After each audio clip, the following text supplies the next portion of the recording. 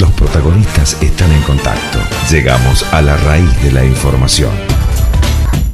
Le damos la bienvenida a Angélica Lagunas, quien va a ser diputada provincial también el próximo año, ¿sí? Y que hoy es docente y siempre ha sido docente siempre y nos ha acompañado con la información que tiene que ver con esto. Hay un montón de cosas para saber y le damos la bienvenida. ¿Cómo le va, Angélica? ¿Cómo anda usted?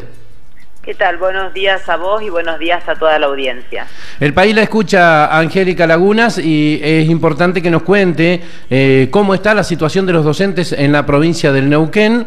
Sabemos que va a haber elecciones, pero también las elecciones tienen que ver con la vida interna del gremio y la situación de los docentes como que sobrepasa la vida interna del gremio y tiene que ver casi yo diría, con la vida de todos los argentinos. Y sí, los trabajadores de la educación somos parte de esta sociedad que está, digamos, peleando contra el ajuste que se está poniendo en marcha en todo el país, contra los tarifazos, contra la inflación galopante que ha, digamos, llevado la canasta familiar a precios siderales y con los últimos números del INDEC, digamos, que indican que la pobreza es de extrema gravedad y que cada vez más hay sectores completos de trabajadores que están, digamos, forman parte o están bajo la línea de pobreza, ¿verdad?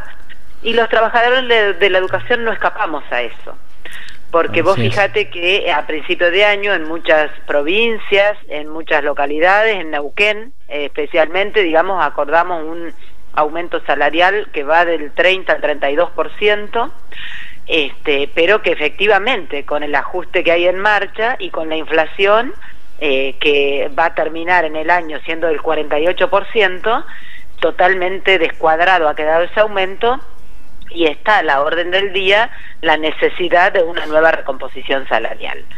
Esto no solo ocurre en Neuquén, esto ocurre en el resto del país. Por eso la CETERA, que enfrentó al gobierno de Macri desde el discurso en el principio, digamos, de su asunción, ya ha tenido que hacer 2 paros nacionales. Y no hay que descartar que haya otras medidas de fuerza porque efectivamente hay un ataque a la educación pública, se agudizó el ataque que ya venían realizando, digamos, el gobierno K, y se ha agudizado también la inflación que veníamos sufriendo los trabajadores, ¿sí? Los trabajadores en este país siempre somos la variable de ajuste de los gobiernos. Y por eso estamos planteando en Neuquén específicamente, pero también en el conjunto del país, la reapertura de las mesas salariales, de la paritaria, porque efectivamente nuestro salario ha quedado pulverizado por la inflación y necesitamos una nueva recomposición. Hoy en la provincia del Neuquén, que es la provincia de la vaca muerta, que está más muerta que nunca porque no le sacaron nada de todo lo que prometía, un trabajador para no vivir bajo la línea de pobreza necesita cobrar más de 25.000 pesos. Un trabajador de la educación que recién se inicia cobra 11.700 pesos. Quiere decir que estamos muy por debajo, ¿sí? Estamos hablando de una canasta que incluye un alquiler básico. Entonces, bueno, esa es la situación de los trabajadores de la educación. Lagunas, y además, sí. Nosotros escuchábamos y ayer dábamos un informe de la provincia de Río Negro donde el gobernador, a través de una publicidad oficial, le planteó a los rionegrinos cuánto cobraban los docentes, ¿sí? Y planteaban el trabajo de el docente de 4 horas, el docente de 8 horas. Por ahí muchas veces se habla del docente que está en la escuela, entra a las 8 de la mañana y se va a las 12, ¿sí? 4 horas, se terminó el docente. Eso, me gustaría que lo explique usted porque si no queda como que yo estoy dando mi propia opinión al respecto, pero el docente no trabaja 4 horas, ¿cierto? Y no, realmente, digamos, en todos los trabajos en general, a ver, un obrero de la construcción vas a la obra en la que está trabajando y es posible que efectivamente trabaje las 8 horas. El dentista es posible que trabaje sus 8 horas o sus 4 horas en el consultorio. Las maestras, los maestros, los profesores trabajamos las 4 horas 15, digamos, de un turno en la escuela, pero además tenemos el trabajo que hacemos en nuestros hogares, que son horas y horas que le dedicamos a las planificaciones, a las correcciones, ¿sí? Y a idear, pensar y producir conocimiento que permita resolver las situaciones cada vez más agravadas de problemas de aprendizaje que tienen nuestros niños y niñas. Entonces, si el gobernador de la provincia indicó cuánto cobra un docente por 4 horas de trabajo, está indicando solamente cuánto cobra por las 4 horas que está en la escuela, ¿sí? No tiene en cuenta, nunca se reconoció en el trabajo docente el trabajo que realizamos en nuestras casas. Por eso nuestro reclamo, incluso lo hacemos como lista, digamos, nosotros creemos que el trabajador de la educación tiene que dar clases 4 horas 15, como venimos haciendo. Es una dedicación exclusiva, ¿no? Exactamente. Y las otras horas, las 4 horas 15 del contraturno, digamos. Suponte que yo tengo un cargo en la mañana y doy clases, pero en la tarde seguir en la escuela trabajando para planificar, para corregir, para profundizar en los conocimientos, para investigar, para estudiar. Bueno, todo eso que lo puedo hacer en las horas del turno tarde, queremos que se nos pague, porque ese es trabajo que nosotros realizamos y que nadie nos reconoce. Claro. Y ni te hablo si hacemos trabajos extras como los que hacemos las maestras, que hacemos bingos para juntar plata para una salida para nuestros chicos, bingos para juntar plata para comprar cosas para la escuela, porque efectivamente el Estado cada vez abandona más la educación pública y no manda nada. Entonces, si el gobernador de la provincia de Río Negro ha hablado de lo que cobra un docente con 4 horas 15 sin tomar en cuenta el otro trabajo, bueno, es un error.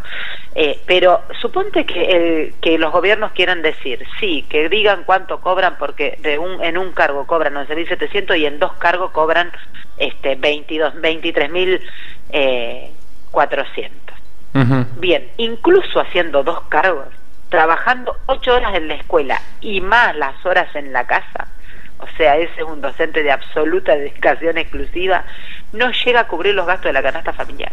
Igualmente, Angélica, yo le digo, ese es un robot, porque lamentablemente ya escindido de la familia, no tiene vida propia y se dedica a la escuela, no sé qué. Totalmente, no solo eso, no solo eso, por eso nosotros decimos como lista, incluso la lista multicolor, planteamos que con un cargo tiene que ser igual a la canasta familiar. O sea, un docente en un cargo hoy debiera cobrar 25.000 pesos. Claro, porque es una explotación encubierta, Angélica, porque no puede ser que una persona esté trabajando en 2 trabajos, porque por más que se llame doble turno, son 2 trabajos. Tiene, en vez de tener 25, 30 chicos, tiene 60 chicos, tiene 60 problemas, tiene 60 personitas, 60 seres humanos que tienen cada uno su carga social propia. Y obviamente llega a la casa, usted ve a sus hijos y un poco más los manda a Marte, ¿sí? Entonces no tiene ni ganas de ver a nadie. Eso es un problema gravísimo, eso. No, un trabajador cargo tiene que tener, que no enseña bien en un turno y no enseña bien en el otro. Obvio. Y termina destruido, porque efectivamente, digamos, las compañeras, y cada vez son más, porque la que no hace doble turno no llega a fin de mes. No llega a fin de mes, no llega a la segunda semana del mes. Y en esta provincia, Angélica, que se ha vivido una estigmatización, por así decirlo, en donde parece ser que somos todos petroleros, que todos tenemos que pagar el pan a precio petróleo, todos tenemos que pagar el alquiler a precio petrolero, se cobran sueldos que no tienen nada que ver con los petroleros. Totalmente, totalmente. Los alquileres son para el petrolero. La mercadería en los mercados más pequeños son para el petrolero, y así sucesivamente. Toda la economía de la provincia del Neuquén está pensada y planificada para los salarios de los petroleros, que también tienen los suyos, ¿verdad? Porque también hay un ajuste allí y empezaron los despidos y las suspensiones. Entonces también los petroleros ahora han empezado a ver lo que significa cobrar salarios de miseria, porque cuando los suspenden solo les pagan el básico. Claro. Y lo que significa no llegar a fin de mes, porque justamente cobran salarios que nada tienen que ver con el costo de la canasta familiar, ¿no? Pero sí, es muy complicado el tema, digamos, en educación, y los distintos gobiernos en la provincia, y vos fíjate lo que hace el gobernador de Río Negro, mostrar cuánto cobra sí, pueden también decir cuánto cobra un director. Un director hoy en la provincia del Neuquén, con 25 años de antigüedad, está cobrando alrededor de los 27, 28 mil pesos, porque además los agarra el impuesto al salario. O sea, los compañeros... Claro, se les lleva 8.000, 9.000 pesos. Los directores, claro, terminan pagándole al Estado 7.000, 5.000, 4.000, 8.000 pesos algunos por ir a trabajar. O sea, estamos todos locos. Pero aún así, fíjate, con esos salarios de un director, hoy las escuelas son verdaderos, digamos, lugares en los que se concentra el malestar social que hay. Entonces tenemos niños y niñas con serios problemas de alimentación, niños y niñas con serios problemas de violencia familiar, niños y niñas con serias dificultades de abusos, y la escuela se ha transformado en el lugar de resonancia que a todo le tiene que dar respuesta.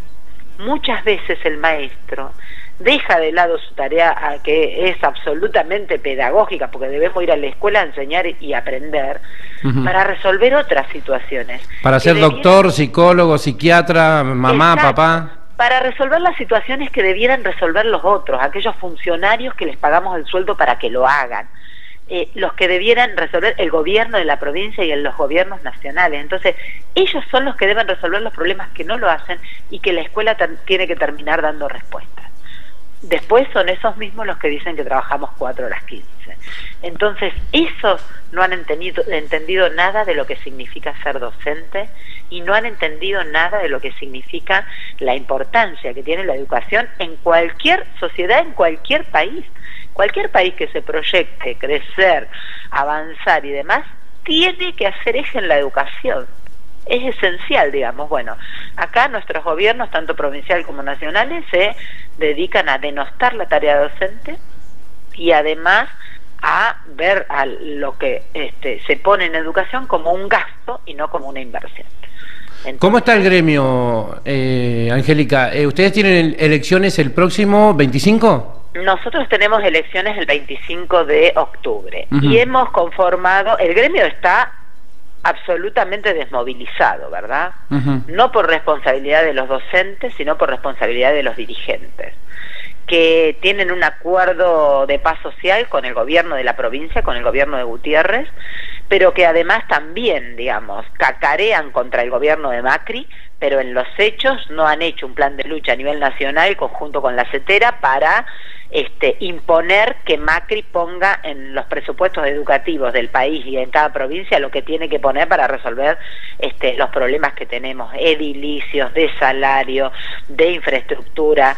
Bueno, entonces todo lo que han cacareado contra el gobierno de Macri no hacen nada para de verdad enfrentarlo y organizar a los trabajadores en un plan de lucha nacional. En la provincia del Neuquén, Guagliardo, que es el actual secretario general, a principio de año, cuando salimos en el conflicto por recomposición salarial, el gobierno ofreció, la primer suma que ofreció fue el aumento del 5% en el salario de los trabajadores de la educación. El señor Guagliardo vino a la primera asamblea a decir hay que aceptar esto.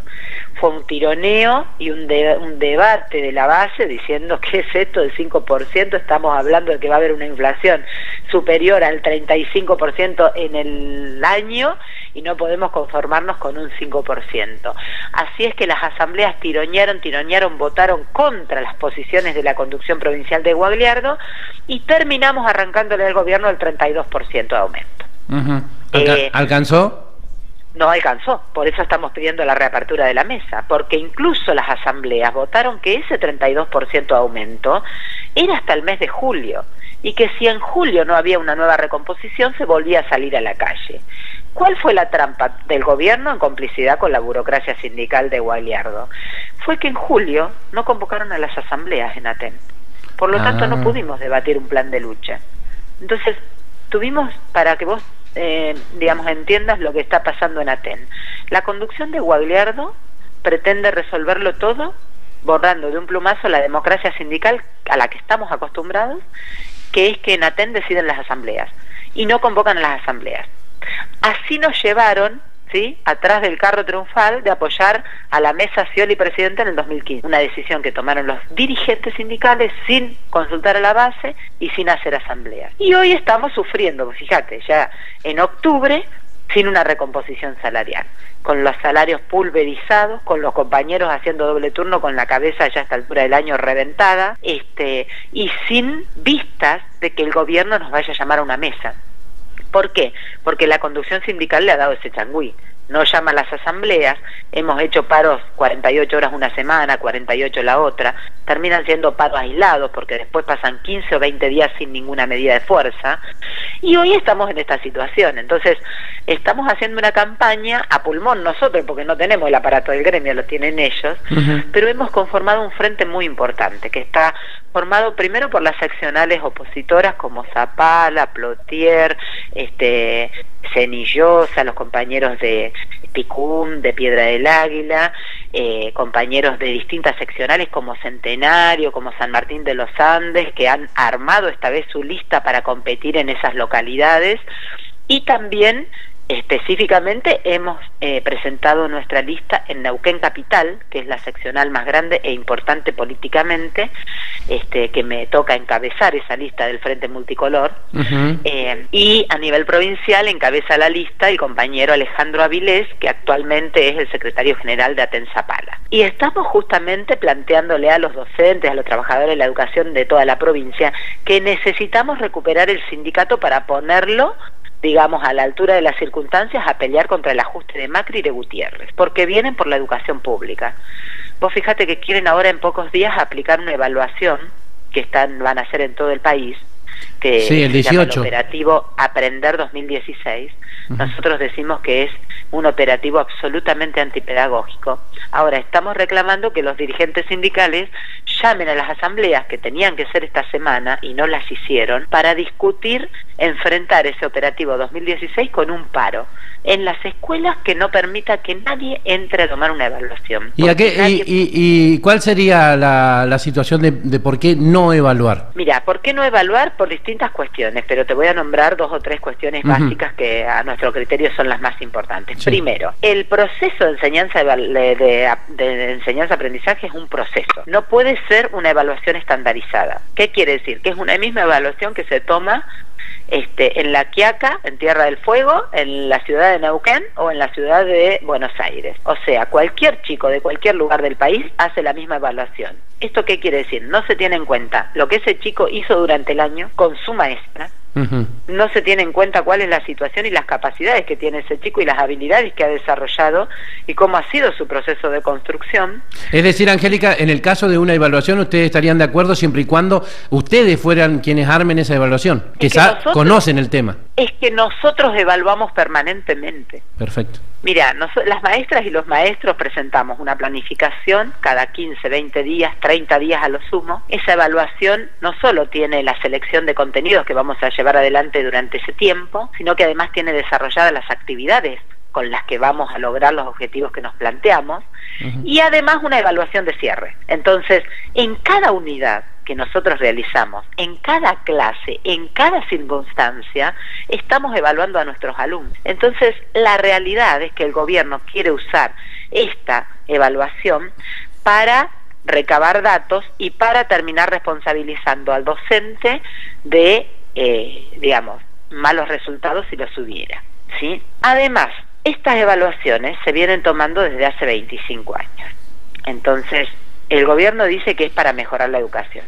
Nosotros preguntamos, ¿mejoró la educación desde hace 25 años que se viene tomando? ¿Mejoró a esta parte?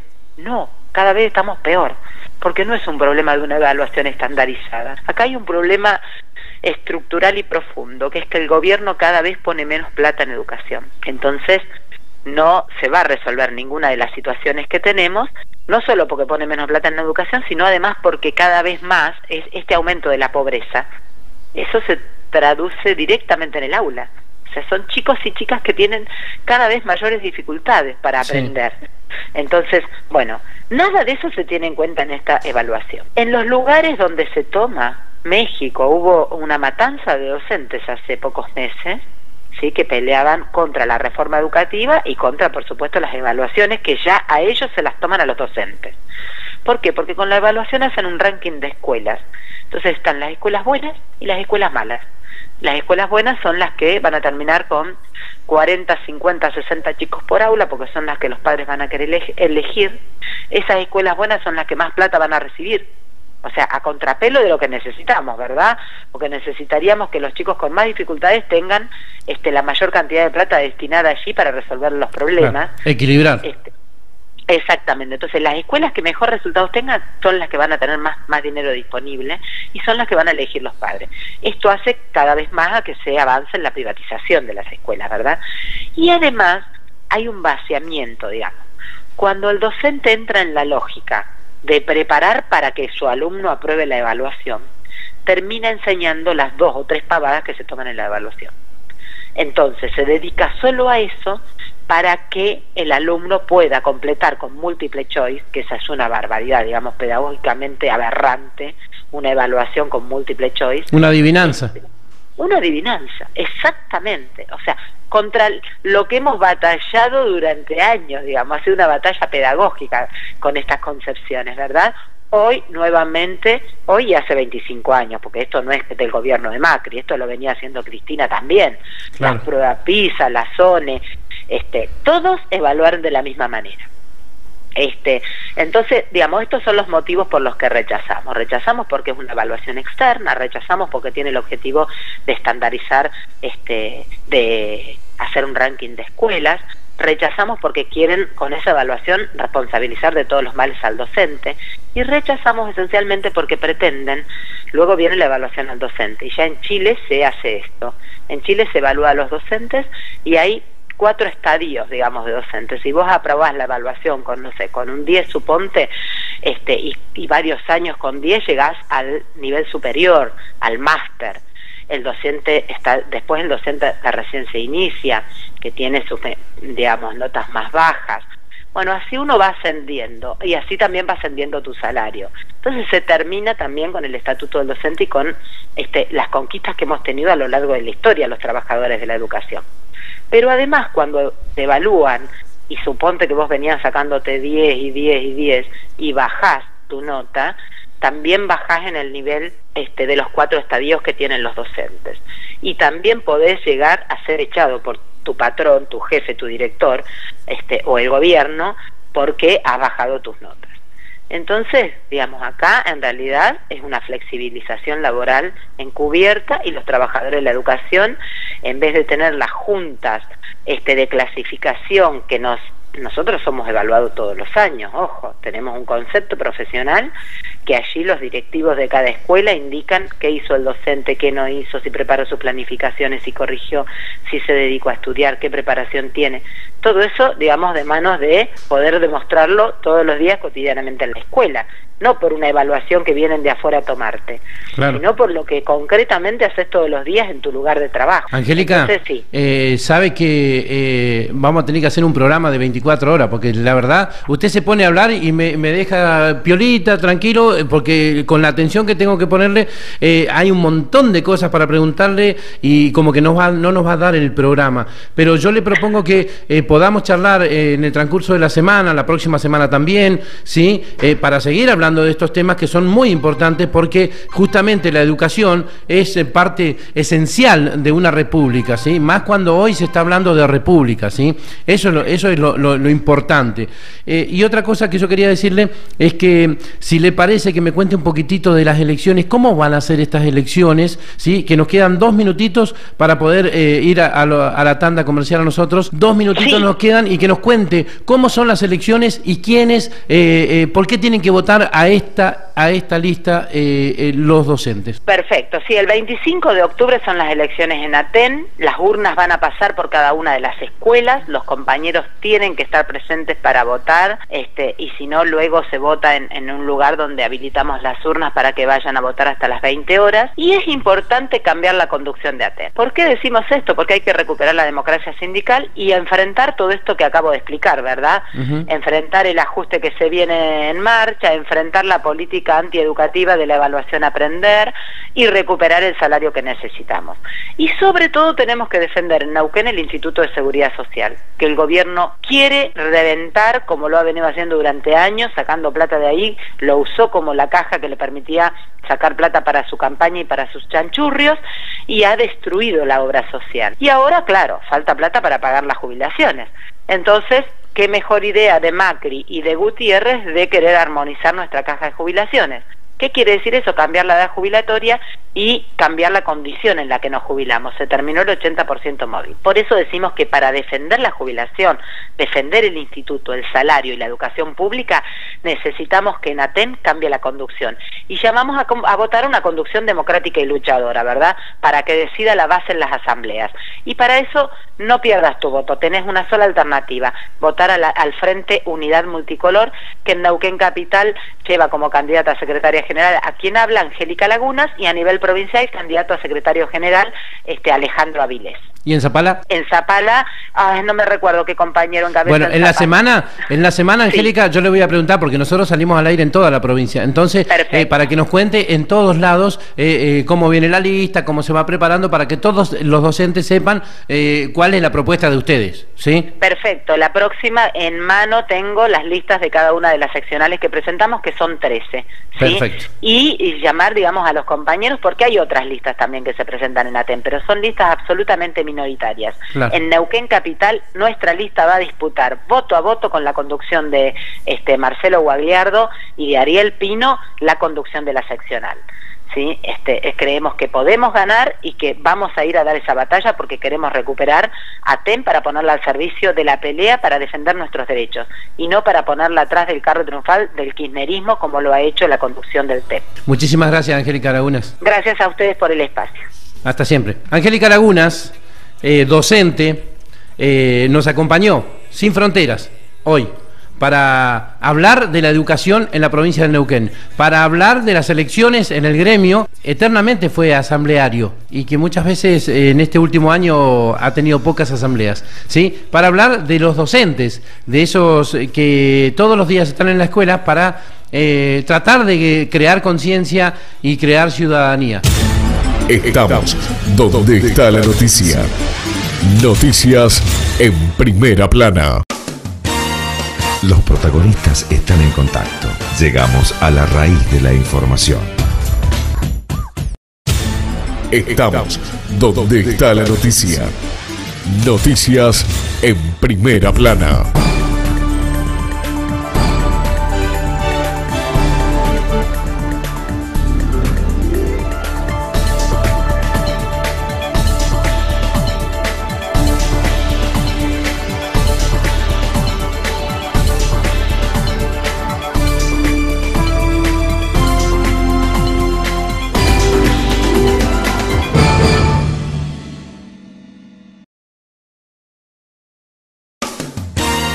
Los protagonistas están en contacto. Llegamos a la raíz de la información.